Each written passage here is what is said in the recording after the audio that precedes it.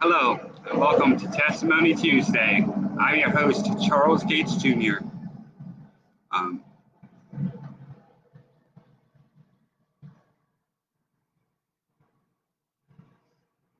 okay, so I'm having some technical difficulties.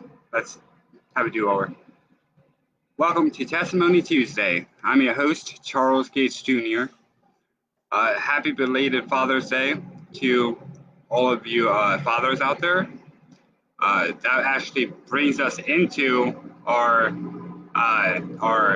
discussion for today, and that is healing after mourning. For those of you who don't know my story, my father passed away a couple years ago, and it's been a battle to heal from that. But before I get into the battle, let me take you back to prior to the battle, the other battle.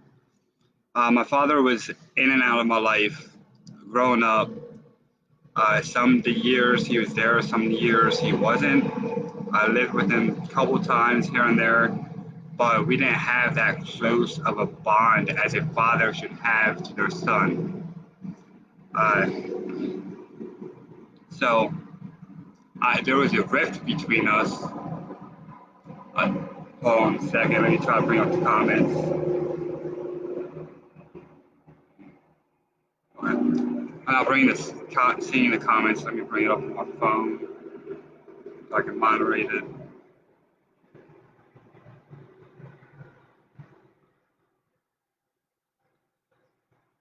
There we go. All right, if you have any questions, I'm here to answer them. You can comment down below. I have my phone in front of me, and I can hopefully comment in it. If there's any technical difficulties, if you have problems hearing me, just let me know. But anyway, growing up, my father wasn't really there for me. So I had to learn things that a father should teach their child. I had to learn the hard way by just stepping out and doing them or figuring it out as I go. I taught myself a lot of things growing up, and I had help from my sisters and brothers. But I didn't have that guidance, and that really played a part in the rift between myself and my father. And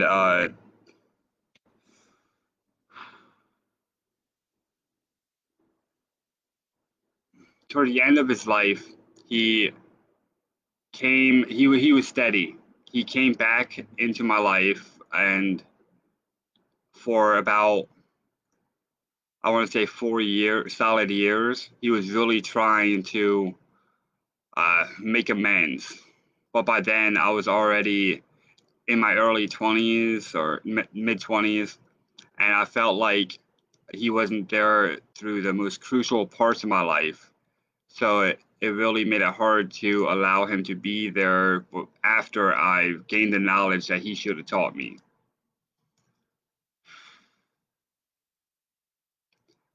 On February 4th, toward the evening, my father called me, and he was talking about, he was really trying to make amends. He was talking about where his life was and his health, and him not seeing his lifespan extending, but that he doesn't felt like he didn't have that much time left. And I was sleeping when he called, so uh, I was kind of annoyed that he called. So I brushed him off, gave him the cold shoulder, was very short with him, which I later regretted.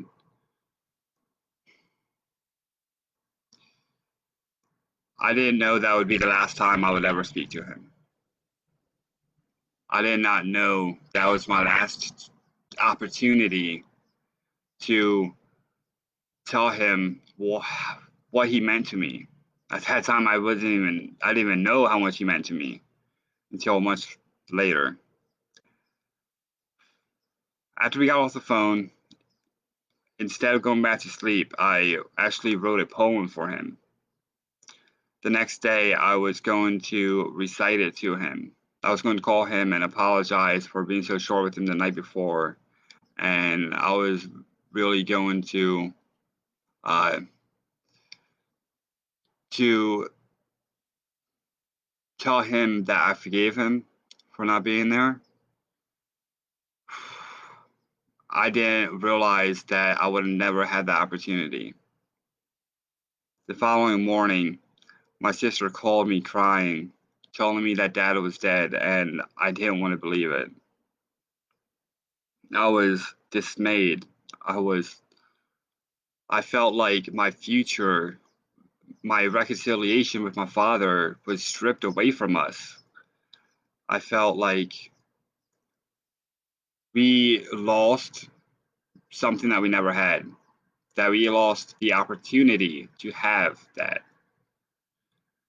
When I lost my father, I lost a part of myself. For a while, I was in self-loathing, really taking it hard, blaming myself for his death. For I told myself that he died of a broken heart because his son abandoned him. I told myself that lie for a year at least.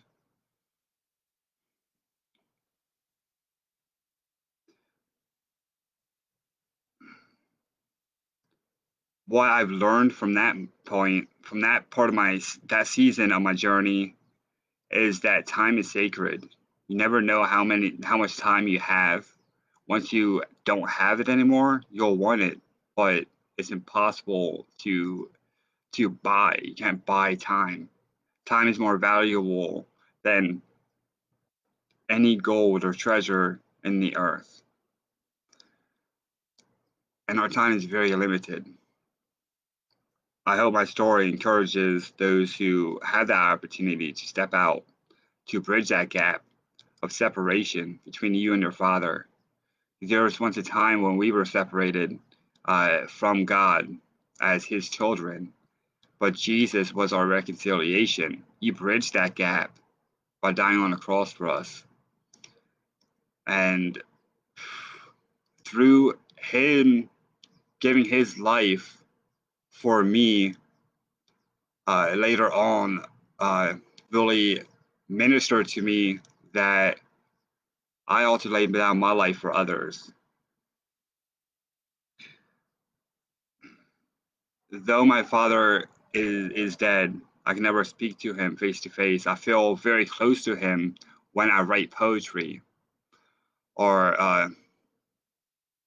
and when I pray. Through time, a long season. It's it's been 2.5 years. It took about a year and a half to truly forgive myself for my lack of compassion to mend that bridge for us to cross over to a new life together. And I had to go through a lot. I backslid after his death. I started smoking pot again for a while there, and I really came to a point by the end of that year that that was no good for me. That was just destroying me. So I had to put that on the altar and give that up. And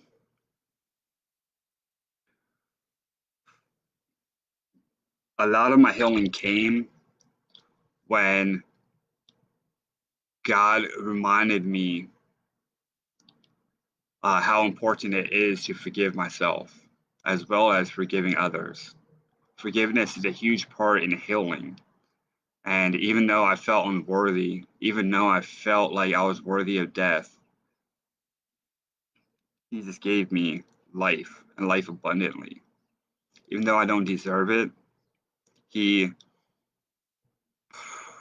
lavished His healing on me through forgiving myself and for moving on.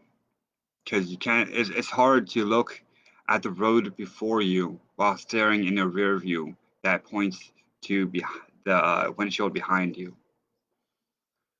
It's only until I learn to let go of that self-hatred toward myself for what I've done and what I didn't do, what I should have done, what I could have done, and really embraced that today is a new day and I can start over.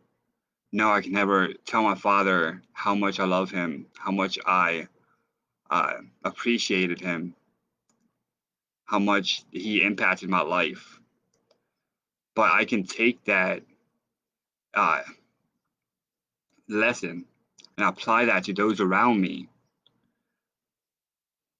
Even though I can't tell my father those things, I can tell my friends, I can tell my family that I love you and thank you for walking through with me through the valley of the shadows of death. I value each of you, and I pray that you learn from my mistakes. Healing comes oftentimes through forgiveness. And when we forgive others, we forgive ourselves. When we learn to forgive ourselves, we can value our relationships with others more deeply. Time is sacred. It's a treasure that no amount of uh, money can really trade up for. And